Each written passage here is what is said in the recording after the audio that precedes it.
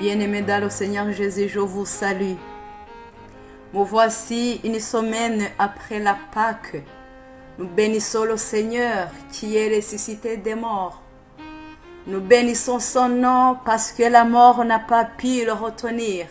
Sa tombe est vide. Alléluia. Béni soit le nom de Jésus. Aujourd'hui, je vais vous dire que Jésus nous a confié une grande mission. Si tu es là, c'est pour accomplir quelque chose. C'est pour accomplir une mission. Vous le savez, bien-aimés, nous sommes son ouvrage et a été créé en Jésus-Christ pour de bonnes œuvres que Dieu a préparées d'avance afin que nous les pratiquions. Alléluia. Il y a une grande mission que Jésus a confiée à ses disciples de toutes les générations. Lisons l'évangile selon Matthieu, chapitre 28, à partir du verset 18 jusqu'au verset 20. Jésus s'est approché, il parla ainsi.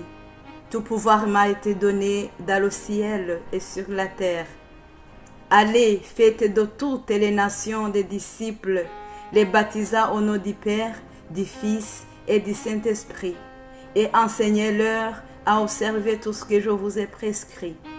Et voici, je suis avec vous tous les jours jusqu'à la fin du monde. Le verset 18 ici nous dit que tout le pouvoir appartient à Jésus-Christ. Ceci nous montre que Dieu nous promet, en tant que ses enfants, il nous promet le pouvoir et l'autorité de prêcher dans le monde entier. Et le verset 20 nous dit que Jésus sera avec nous tous les jours jusqu'à la fin du monde. Alléluia. C'est rassurant.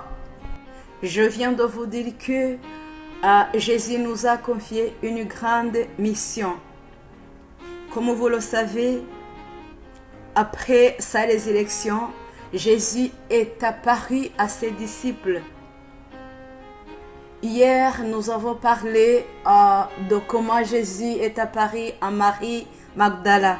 Mais aujourd'hui, nous sommes en train de dire que Jésus est apparu à ses disciples. Dès qu'il est apparu à ses disciples, il ne l'a pas fait une seule fois. La Bible nous dit que dans le livre des Actes des Apôtres, chapitre 1, verset 3, qu'il est apparu à ses disciples, qu'il s'est montré à eux pendant 40 jours et il ne parlait que des choses qui concernent le royaume de Dieu. Bien-aimés, pendant 40 jours, Jésus ne parlait que les choses concernant le royaume de Dieu.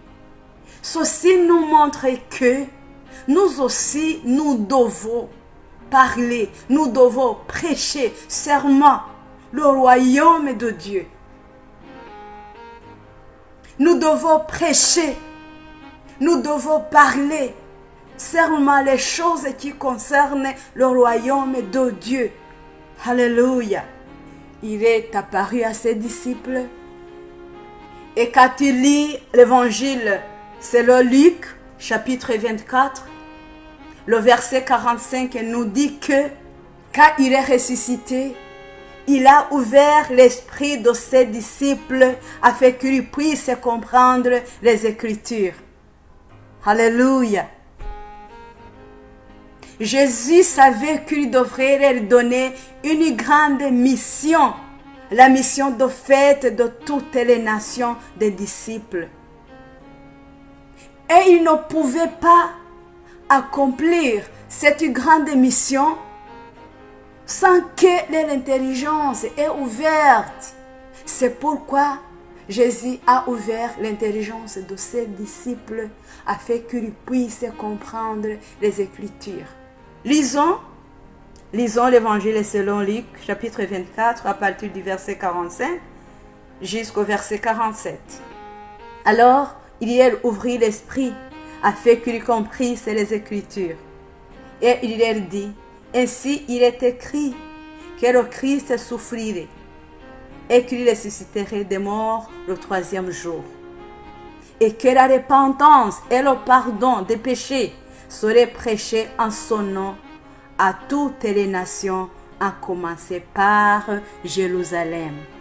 Alléluia. Donc, premièrement, il y a une grande mission à accomplir. Mais deuxièmement, c'est le message qu'il faut prêcher à toutes les nations,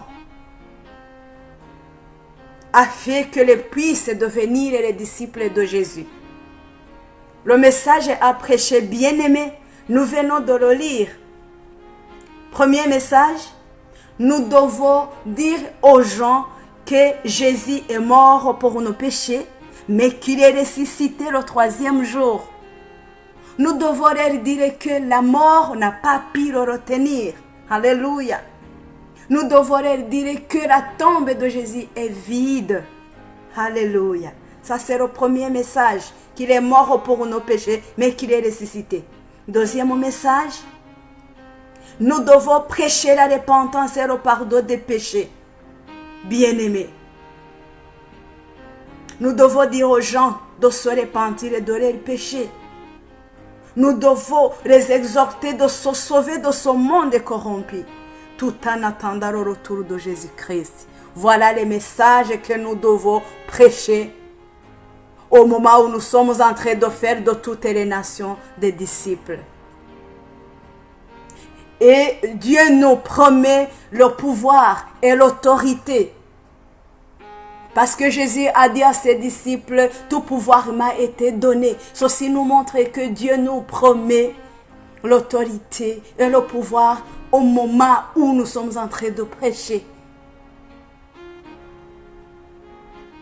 Nous avons une autre promesse, c'est que Jésus nous a dit qu'il est avec nous tous les jours jusqu'à la fin du monde. Nous ne devons pas nous inquiéter, bien-aimés.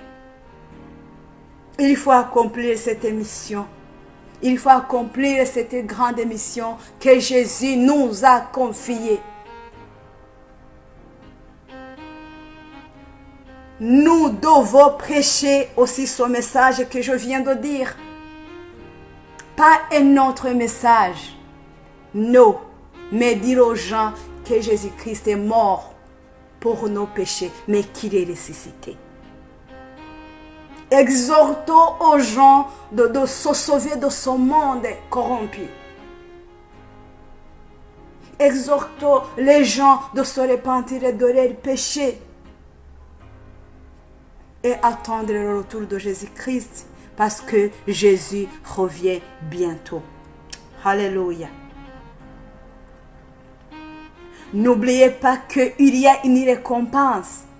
Parce que la Bible nous dit dans le livre de Daniel, chapitre 12, verset 3, que ceux qui auront enseigné la justice à la multitude brilleront comme les étoiles, à toujours et à perpétuité. Alléluia. Je ne peux pas terminer ce message sans vous dire que nous avons besoin de la puissance du Saint-Esprit. Nous ne pouvons pas accomplir cette grande mission de faire toutes les nations les disciples. Nous ne pouvons pas prêcher ce message de dire aux gens que Jésus-Christ est mort et ressuscité, que Jésus-Christ a vaincu la mort. Nous ne pouvons pas dire aux gens de se repentir. Nous ne pouvons pas dire aux gens qu'ils doivent se repentir en attendant le retour de Jésus-Christ. Sans l'aide du Saint-Esprit. Nous avons besoin de la puissance du Saint-Esprit. Nous devons désirer d'être remplis du Saint-Esprit. C'est pour cela que après que Jésus a donné la grande mission à ses disciples, il leur a demandé de rester à Jérusalem en attendant d'abord d'être revêtus du Saint-Esprit. Nous avons besoin de la puissance du Saint-Esprit afin que nous puissions accomplir comme il faut cette mission. Désirons le Saint-Esprit parce que sans son aide, nous ne pouvons rien faire. Bien-aimés, allons-y. Cherchons les âmes perdues. Jésus-Christ les réclame. Il nous demande de rechercher. Il nous demande de faire toutes les nations des disciples. Il nous demande de prêcher la bonne nouvelle du royaume afin que les gens puissent se repentir, afin que les gens puissent se sauver de son monde corrompu en attendant son retour parce qu'il revient bientôt. Que le Seigneur vous aide à accomplir cette mission afin qu'un jour nous brillerons comme les étoiles à toujours et à perpétuité. Que le Saint-Esprit nous aide à accomplir cette mission. Soyez bénis au nom de Jésus.